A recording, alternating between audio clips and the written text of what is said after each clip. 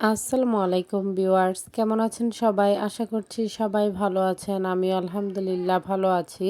তো নতুন আরেকটি ব্লগ নিয়ে চলে আসলাম আপনাদের মাঝে। তো ঈদের পর কিন্তু সকালের মেইন নাস্তাটাই থাকে চালের রুটি। তো সেই চালের রুটির আয়োজনই হচ্ছে আমরা ৩ যা মিলে হাতে হাতে কাজগুলো করে নিচ্ছিলাম।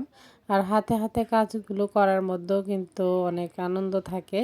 তো যৌথ পরিবারে যারা আছেন সবাই যখন মিলেমিশে কাজগুলো করেন তারা অবশ্যই জানেন মিলেমিশে কাজগুলো করার মধ্যে কতটা আনন্দ পাওয়া যায়। তো সেরকমভাবেই আমরা এখানে গল্প করছিলাম আর কাজও করছিলাম। তো এখানে হচ্ছে এই তো যেহেতু চালের রুটিটা বানানো হবে তো সেজন্য আমিও হচ্ছে ডোটা তৈরি করে দিচ্ছিলাম। তো আমার যাও করছিল সবাই মিলেমিশে। তো এরপর আমি চলে এসেছি রুটিগুলো সেঁকে নিতে। তো এইখানে আজ বেশি করে রুটি বানানো হয়েছে যেহেতু সবাই আবার বাসি রুটিটাও খেতে পছন্দ করে। মানে কলা পাতা দিয়ে যে ভিজিয়ে যে পিঠাটা পরদিন খাওয়া হয়।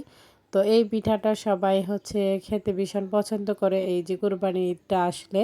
তো সেজন্যই আজকে বেশি করে চালের রুটি বানানো হয়েছে। তো এই যে দেখেন রুটিগুলো যেহেতু একদম পাতলা ছিল তাই খুবই ফুলকো ফুলকো হচ্ছিল। তাই দেখতেও ভালো লাগছিল আর আমি একে একে রুটিগুলো সেঁকে নিচ্ছিলাম। তো ওরা ৩ ভাইয়েরা তো একে একে সবাই নাস্তা করে গেল। তো আমি এখানে পাট দিয়ে হচ্ছে আর কি পাটটাকে ভিজিয়ে এখন যে তাওয়ারগুলোর মধ্যে সেঁকতেছিলাম সেগুলোই ভালো করে মুছে নিব। তাহলে আর রুটিগুলো লাল হবে না। তো সেজন্যই আর কি ভালোভাবে ভিজিয়ে মুছে নিচ্ছিলাম। তো পিঠাগুলো মানে পরপর উঠাচ্ছিলাম আর এভাবে মুছে মুছে দিচ্ছিলাম। তো যাতে করে রুটিগুলো সাদা থাকে, সুন্দর থাকে। তো অনেকেই হচ্ছে আমরা যারা গ্রামে হচ্ছে এইগুলো করি তারা কিন্তু এরকমভাবেই করে থাকি।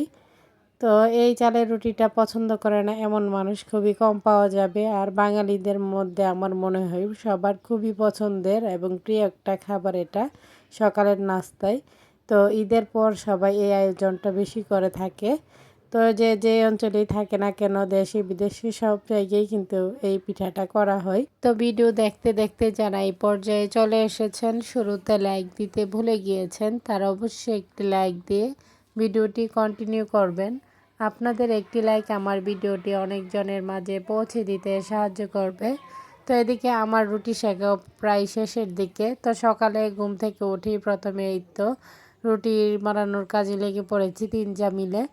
তো এখন হচ্ছে মাংসের তরকারিটার সাথে গরম করে নিচ্ছিলাম। তো সেই সাথে কাপড় দেওয়া বাকি ছিল সব কিছুই এখন ধুয়ে নিব একে একে। যাই হোক এদিকে এই তো বাহিরের ওয়েদারের অবস্থা দেখেন এত গরম পড়েছে, মানে বাহিরের রোদের তাপমাত্রা দেখলে আপনারা বুঝতে পারবেন।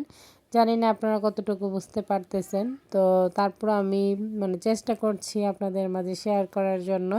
তো এত রোদ ছিল কিছুক্ষণ বাইরে থাকার পরেই মনে হচ্ছিল যেন শরীরের মধ্যে যেন আগুন জ্বালিয়ে দিয়েছে এরকম একটা অবস্থা। যাই হোক এদিকে আমি কাপড়গুলো নেড়ে দিচ্ছিলাম। তো আগেরও কিছু কাপড় ছিল যেগুলো আমি অফ ক্যামেরায় নেড়ে দিয়েছিলাম সকালবেলা। তো সেগুলো শুকিয়ে গিয়েছে। তো ভিজা কাপড়গুলো নেড়ে দিয়ে রেখে তারপর আমি শুকনো কাপড়গুলো নিয়ে নিব। তো এগুলো তো গুছিয়ে রেখে দিতে হবে তাই আর কি। তো এখন হচ্ছে শুকনো কাপড়গুলো নিয়ে নিচ্ছি। তো এরপর চলে এসেছি রুমের মধ্যে। এই যে দেখেন বিছানার অবস্থা একদমই এলোমেলো হয়ে আছে। তো বিছানাটা এখন উঠিয়ে নিব যেহেতু আমি সকাল সকাল ঘুম থেকে উঠে পড়েছি আর আপনাদের ভাইয়া এবং আমার মেয়ে যেহেতু লেট করে উঠেছে তো সেজন্য বিছানাটা আর উঠানো হয়নি। তাই এখন বিছানাটা ঝেড়ে নিব। তো এরপর চলে যাব নাস্তা করতে। যাই হোক তো এদিকে আমাদের সকালের কাজকর্ম প্রায় শেষের দিকে। তো এরপর সবাই মিলে বসছি নাস্তা করতে। তো নাস্তা করেও শান্তি নেই, এত গরম লাগছিল। কারেন্ট আছে তারপরও অনেকটা গরম লাগছিল। তো এই গরমে ফ্রিজের পানি মনে হয় আমাদেরকে একটু মানে শান্তি দিচ্ছে, তৃপ্তি লাগছে। এত গরম পড়েছে বাংলাদেশে। তো বৃষ্টি হলে তো শুরু করলে আর শেষ হয় না, এরকমভাবে বৃষ্টি পড়ে আবার গরম শুরু হলেও শেষ হয় না।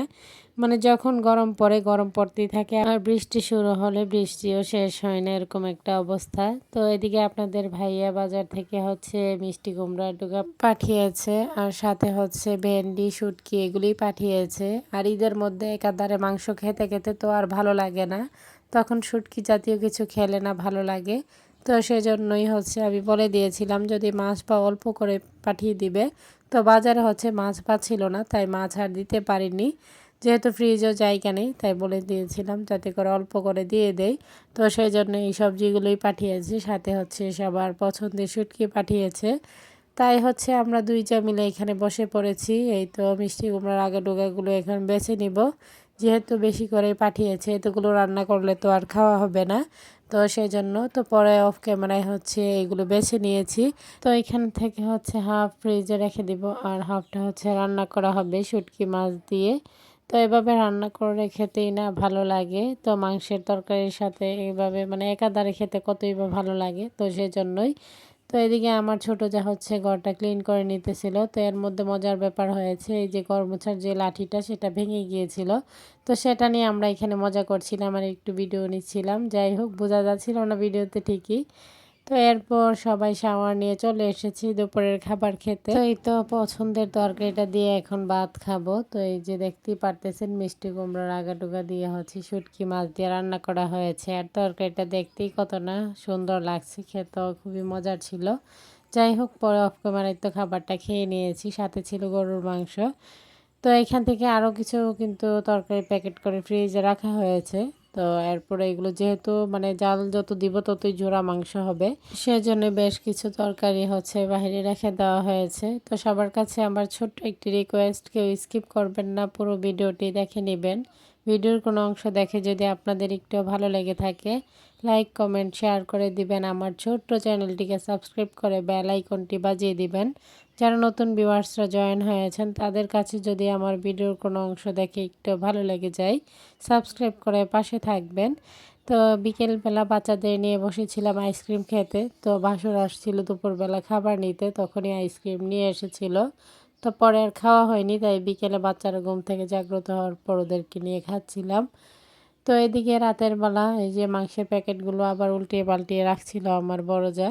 তো এভাবে ফ্রিজে না রাখলে হবে কি এগুলো হচ্ছে নষ্ট হয়ে যাবে, যেহেতু এখনো বরফ হয়নি।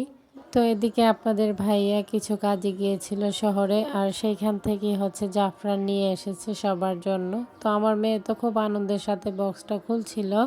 তো পরে ওকে খুলে দেই, তো সে খুব মজা করে খাচ্ছিল। তো তার এই আনন্দগুলো দেখে আমার কাছে খুবই ভালো লাগছিল। তো আজ এইখানেই বিদায় নিচ্ছি। সবাই ভালো থাকবেন, সুস্থ থাকবেন, আমার পরিবারের জন্য দোয়া করবেন।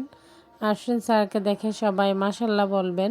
সামনে নতুন কোনো ভিডিও নিয়ে আবারও চলে আসবো আপনাদের মাঝে। সেই পর্যন্ত সবাই সাথেই থাকবেন, ফুল সাপোর্ট দিয়ে যাবেন। তো সবাই চেষ্টা করবেন সবার পাশে থাকার জন্য, একে অপরকে সাপোর্ট করলেই কিন্তু এগিয়ে যাওয়া সম্ভব, আর নয়তো কোনোভাবেই সম্ভব নয়। তো এই তো আল্লাহ হাফেজ।